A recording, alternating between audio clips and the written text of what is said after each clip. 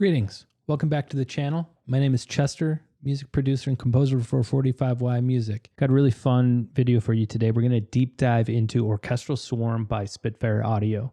This is a really fun deep dive for me because after doing a lot of the research, I finally got to really understand this library in a way that I didn't before. I had these expectations and these thoughts that this library was a certain thing and it was going to fit a certain need that it just simply doesn't. Didn't like the library anymore. I kind of set it aside. But with this deep dive, I now see its real potential. I think it's fantastic. And I think it actually has a strength here where if you put it in your productions in this way, it's going to thrive. It's going to really help you out. And it's going to be a fantastic textural or layer-like library for you in any needs that you have in that kind of wheelhouse. So let's get started. Let's begin. And as we talk about this library, I'm going to take a quick moment. Spitfire has one of its fantastic sales going on right now. I don't work for Spitfire. I am not affiliated with them. I've never even spoke to them. I don't know anything about them other than I'm a fan. I use their stuff. And all the libraries that I've gotten have been on these sales because they're 60% off. If you go on these bundles here of their curated libraries that are for sale. And this is what drives me to this company is these curated sales. I didn't know anything about these libraries until these sales happen. I look into them. I'm like, I'll save 60% off. Then they kind of have me pairing with these libraries, thinking about them in a way, and keep doing this Spitfire. It's really cool. It got me to understand their instruments way quicker than I can with any other company out there. Typically, it's 40% off an individual library. Otherwise, you get 50% off on the set bundles. These curated bundles, they usually go out with 3 and they'll give you a 60% discount. They also prorate them. As you can see here, I'm logged in my account and I have these 2 libraries already, but they're giving me 41 bones for solo cello. And I'm going to pick that up. That's the library I'm picking up here. We have till Thursday. This is my favorite, these essentials. This one, you get a little bit of everything in regards to the needs. You get a piano, high tonal percussion like instrument, which is a very strong kind of sound in cinematic music and in film scoring. Fink, you get a handbag of just a bunch of fun sounds and kind of instruments and presets at your disposal through the Signature series there. And then low strings and trumpets, like where can you go wrong, right? So this is fantastic to pick up and get into if you don't have any of these. I would have probably gone here myself, but I'm a little low on cash. So I'm probably going to pick up this spring one and just be happy that I got one. This professional one, ambient guitars, I'll put a link somewhere, but we did a deep dive on it. Real great library. So definitely a good one to pick up there. Stratus, I'm so with it. We're going to deep dive in it and I'll go into it in the future. I actually tried to get it out a little bit ago, but still working on that. And then the Eric Whitaker Choir. I've heard nothing but great things. I would love to kind of take a stab at that one and see what I can do with it. But for $224, which is a fantastic price point, I'm going to wait a little bit until I have more of a need there for choirs and things like that. Tidal Orchestra, back to our paid program here. Thanks for taking a moment and talking about that. But Tidal Orchestra. So this is a key word here. I just thought this was a marketing ploy, but Hans Zimmer and Radiohead had this interview together where they talk about this library and how Hans Zimmer kind of needed a library like this for Blue Planet 2, probably for other things, honestly. But the conversation was around Blue Planet 2 throughout this Tidal Orchestra and what it is. And it's meant to kind of be symbolic to the sounds of the ocean, right? And the waves and the tide. And so the idea here is you play this pedal tone, like hold out a really long E note. So if I'm holding E, the ensembles are going to play in a way that resembles tides or motion. So if someone next to me is playing, I'm going to wait for them to kind of stop playing, and then I'm going to start. And it's going to be a gradual sway in sound and move. There's going to be a lot of movement there. And that's how the high level, how they kind of set this library up and recorded it. And it's a fantastic idea. I'm going to put a link in the description on this interview. I really suggest if this is something you're needing or serious about, you watch the interview, you get a really great idea as to what this library really is. And it works fantastically in that context. Demos are awesome. Also link in the description on this page so you can dive in and kind of read some of this and look at the pictures, hit the walkthrough, hit that in action. I believe Oliver is doing that in action, and great piece he did there. So yeah, you just dive in and kind of take a peek here at all these things. We're going to skip them. We got all the articulations here, quite a bit to work with actually. So that's pretty awesome. There's a bit of a range here too, which is pretty cool. And then we have 6 mics to work with. Typically we're working with, or every now and then we're working with 5, but 6, majority of the time I'm working with them. Tech specs here. So I'll just set this here for a second. Just make sure you're good to go with what you have and your needs. If this is a library that's going to interest you, file size 60 gigs, which is reasonable, I would say, in this price point and in what you're getting with this ensemble. And then just make sure you got that also that 30 gig download size. So you're ready to go here. This is one of the things I'm always looking at when I'm buying libraries. Do I have the drive space for them? Do I need to buy another drive? How do I manage that? A lot of things like that. So, and then this is a Kontakt instrument, so you'll need Kontakt player. Something I haven't done before, but I'm really a fan of these Swarm libraries. Please leave a comment if you're a big user of these and which one was your favorite to move into. I'm probably going to look to pick up another one in the next sale, maybe that summer sale, and just curious what everyone's thoughts are on what they like. Now we're in the DAW and we're talking. So let's open up this library, take a peek at it. So high level, let's look at what's provided to us. So we start with the top here where we have these main patches. I don't quite know what else to call them, but we're broken up into winds, brass, and strings. You notice there's no percussion. That's in a percussion Swarm library. You're only getting the ensembles here of the orchestra, or the primary ones. And so you get high and low of each. And then within each one, you're going to get a bunch of presets or articulations to kind of select here, which are going to be long and short. So a great way to kind of spin this up is kind of thinking of it that way. Our microphones kind of set up here, and we can arrange those however we hear them out and needs of our project. Dynamics expression, that's pretty standard here. Get them assigned to your faders if you have them. Otherwise, just write them in your automation. Variation is kind of a new one here for this. What they did was, and this is not on all the patches, but what they did was on certain patches, I'd say maybe 10% of the library, you have 2 different ways of playing the articulation, and then you're just fading between the 2. You can even put it right in the middle, and it kind of plays both of them. But you're just doing a fade in between both of those takes, and you get some really fun results with that. Yeah, not with all of them, but just some. Long reverb, short reverb. I thought this was fantastic addition to this library. You get a longer decay, kind of a bigger room here, and then you get that nice quick decay in the room for the short reverb, and you can apply those as you see fit to the sounds. So we definitely mapped those out. So as we mapped out this library, I have the preset selector, which is pretty standard when we have these presets here. OTT, low pass filter, we'll talk about that a little bit, and then my gain staging, how loud I'm going to play the patch, right? There's also, I mapped close mic because I love how close mic gives a little more body to the sound. So I'm kind of using that in a lot of quiet patches and just trying to get a little more detail and a little more of the close preset in my sound. I also added the ribbon mic because sometimes maybe I'll have that need instead of that close mic, more dirtier, warm, mid-range type of microphone. So I'll kind of add that where needed. And then I'm choosing between the stereo or the outrigger as far as width, if I need that.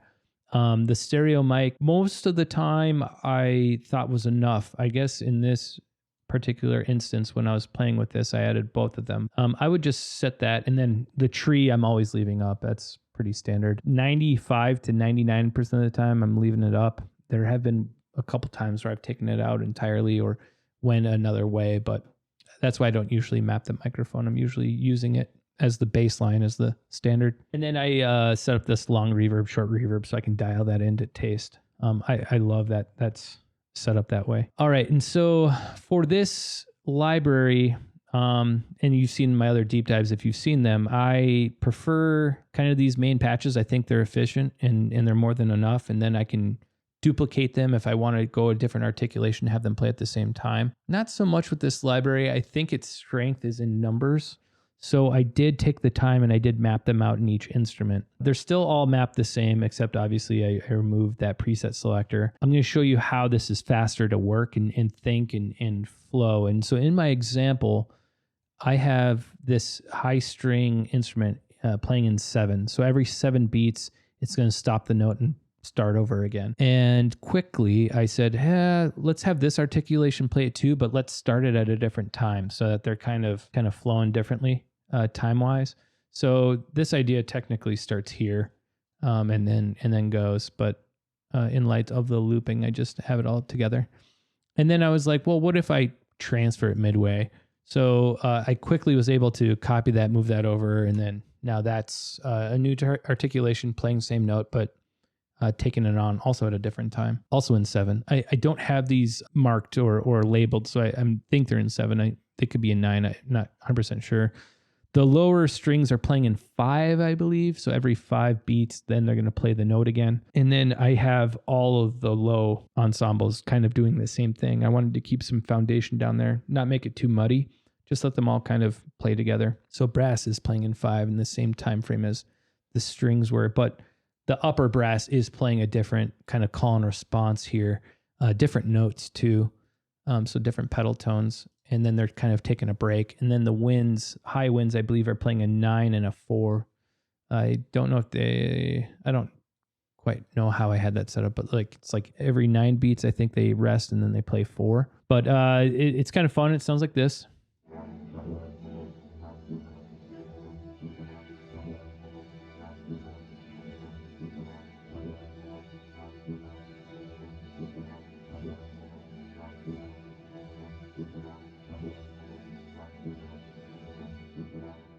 And what's cool about that is you kind of just have that living in the background while maybe your main melodies are kind of playing over or you're doing some fun things. Also, another strength here and why I like these individuals is patches is using dynamics expression and also variation where it's applied here.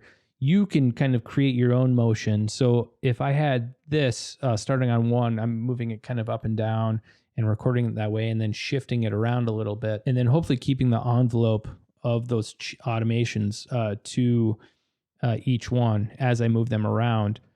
You can now set up your own motions yourself. And so that's going to sound real fun and real different and kind of wild in some really fun ways where there's so much motion and movement, but you're only holding one note. That's the strength of this library. And that's why I think in numbers, you can do some really fantastic things and some ideas. I didn't get that deep or that far, but that would have been my next step in setting up my texture or my bed in the background is now setting up that movement and making sure that each time someone's playing their pedal tone, the movement's a little different.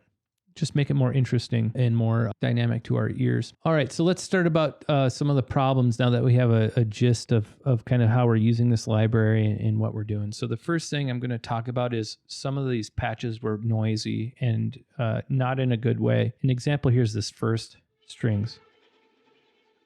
So if I turn up the low pass filter, turn up this OTT, and if you have your headphones on, you'll hear it.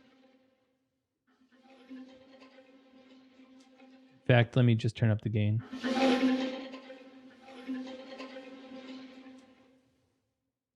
And it's the gate, how it just gates out. So they're done playing and then it's just still going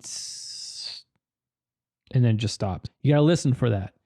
And it's annoying that that's happening. It's not happening in every library or every preset or patch, but some of them it's happening. So I had to kind of get dramatic there with OTT and the gain. So that helps, but taking that low pass filter down also to kind of somewhat unreasonable levels. I would never kind of low pass this far when I want to get some of that character and clarity in this patch, but I have no choice. It's noisy and it's mainly that's what I don't want.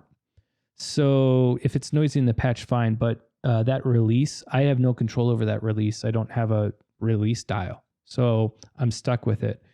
Kind of unfortunate. Whereas there are libraries or there are instruments that do have that sound, but it's required. Flute whispers, for example, here.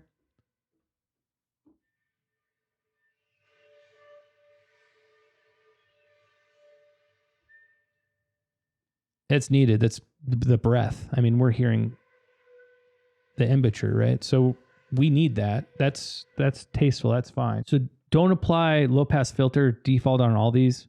You're going to miss out. Just hear those, the noisy ones, and then accommodate and turn those down. They're not everywhere, just on some of the patches, but Albion 1 has a couple patches like that too. It is really annoying. I don't know what's going on there, but we'll fix it, right? That's what we do. So I have set some things up in place there.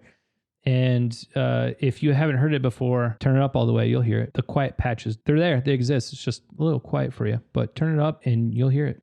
Some phasing issues. I came into a few instances of phasing, and I think that's going to be kind of makes sense in a library like this. Listen for those moments and accommodate.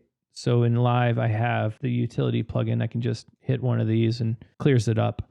I had to do that in a few of these. I don't know if they're still in this project or another project I was working on, but make sure you check out for those and accommodate where able. Each stock plugin should have some way to correct your phase. If you're in Cubase or Logic, for example, you should be set. And if there aren't any in the DAW you're using, there should be some free options for you. So take care of that. You'll be set. A nice to have would be sync these to tempo. They're not, or at least I wasn't able to find a way for that. But, and I understand the textural library like this, maybe that's not a big deal. And if I'm moving these around, they don't need to be synced per se for what they're going for in this Tidal thing. But nice to have. I think having that option would have been fun. A release knob would have been fantastic. We don't have one. So a cool way that they accommodated this was in each of these ensembles, they gave us pizzicato so we can play. And then you can just end it. That's genius. You also have spiccato here. So I'm glad that they gave us that. So, okay, we didn't get released, but we did get that. I can live with it.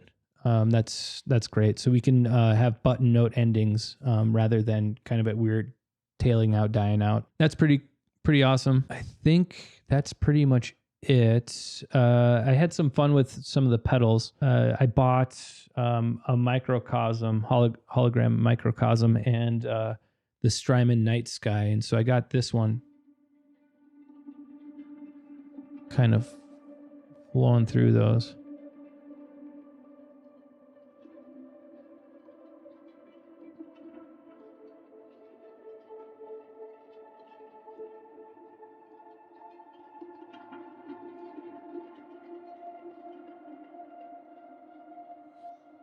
And so it sounds really great with pedals, and you can kind of get some more out of that if that's kind of something you're looking to do.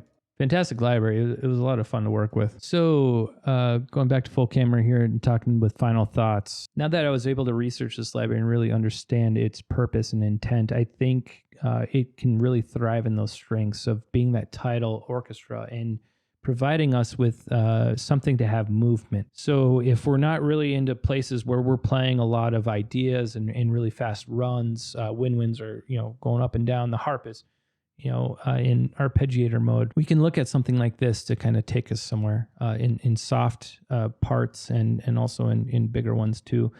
Another thing is how this can just sit in the background and just be there and exist in a piece is really fantastic. I think you can get some really fun textures and find ways where you can just have it just kind of be there in the background and just kind of doing something, but it's not the forefront or even the middle ground. It's still going to do some things for you that you wouldn't be hearing otherwise. So give it some opportunity there too. I think you'll be pretty impressed. And that's kind of going to be it. I feel like we went through the whole thing. So to summarize kind of what we're doing, check in on the noisy patches, just correct them, tweak them. And I don't know why they're there, but we'll fix them. Phasing issues, listen for those and correct them where able, because if you're in this stereo spread and you're kind of moving around, you might catch them. So and having really wide sounds can You might run into that sometimes. So correct the phasing.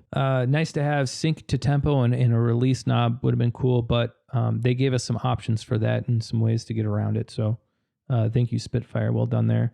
Watch the interview with Hans Zimmer and Radiohead. You're going to get a really great idea with how they use this library and how you can kind of get a start with it, get your head kind of around that idea of a Tidal orchestra, and then go from there and make that idea your own. There is no ceiling beyond that foundation of getting an idea on why this was made and where you can head with it. I have a lot of faith in anyone taking this and going to great lengths with it. So give it a shot. Long and short reverb combinations were really great. Would love to see that more often. Otherwise we're having to do it in our DAW and in our templates, moving between long reverb and short reverb. The fact that we had that at our fingertips was fantastic. Would love to see more of that down the road. And then combination instruments were those main primary presets. Great start, but I think strength is in the numbers there, where each individual one is going to be lined up, and then you're just tossing ideas back and forth between them, handing the piece or the notes from one, the phrasing from one ensemble to the other, just that quickly. I think you're going to really favor those results. Thanks for taking a moment to going over this library. I hope this was helpful for you. I hope that if you own this library, you're going to revisit it and give it another chance if you haven't. Or if you do love it, leave some comments below on how you're using it. And if you're using any of the other Swarm libraries, I would really love to hear what they are and how you're using them, because I'm becoming a fan of these and would love to maybe get a couple more for my templates and my setup. Thanks. Take care. We'll see you on the next one. Bye.